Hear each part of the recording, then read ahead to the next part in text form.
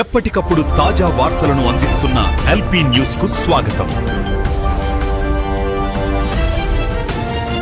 ఒక్కటి మాత్రం చెప్పదలుచుకున్నాం. తెలంగాణ ప్రభుత్వానికి, ప్రధానంగా సీఎం రేవంత్ రెడ్డి గారికి, తెలంగాణ రాష్ట్రం ఏర్పడిన తర్వాత ఇప్పటి వరకు కొంతమంది యూట్యూబ్ జర్నలిస్టులను అరెస్ట్ చేశారు.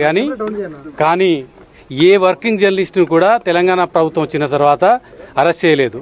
కానీ రేవంత్ రెడ్డి గారి ప్రభుత్వం ఒక వర్కింగ్ జర్నలిస్టులను చేయని తప్పుకు మానసిక క్షోభకు గురి చేసేటట్లుగా మొత్తం కూడా అరెస్ట్ చేసి 24 గంటలు మానసిక క్షోభకు గురి చేశారు.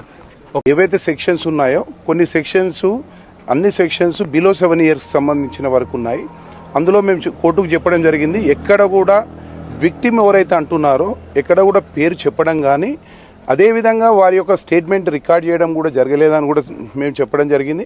ఎందుకంటే ఎక్కడ కూడా లా ప్రకారంగా ఒక తప్పు జరిగిందన్నప్పుడు ఎవరికైతే అన్యాయం జరిగిందని చెప్పబడుతుందో ఆ వ్యక్తి యొక్క స్టేట్మెంట్ కంపల్సరీ రికార్డ్ చేయాలి. ఇందులో మేము చేయలేకపోయినాము, తను ముందుకు రాలేదు అనే విషయాన్ని ప్రాసిక్యూషన్ వారు చెప్పడం జరిగింది.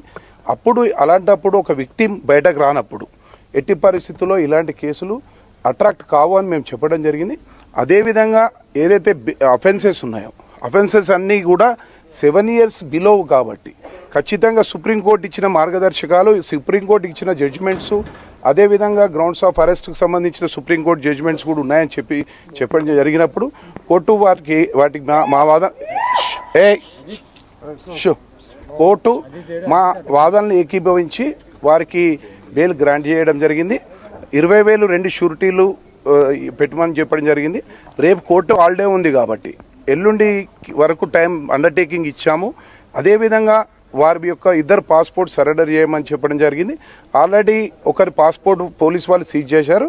మిగతా ఎవరైతే సుధీర్ది ఉందో రేపు ఖచ్చితంగా ప్రొడ్యూస్ చేస్తామని అండర్టేకింగ్ ఇవ్వడం జరిగింది. అదేవిధంగా వారి యొక్క పర్సనల్ బాండ్స్ అవన్నీ రేపిస్తాం.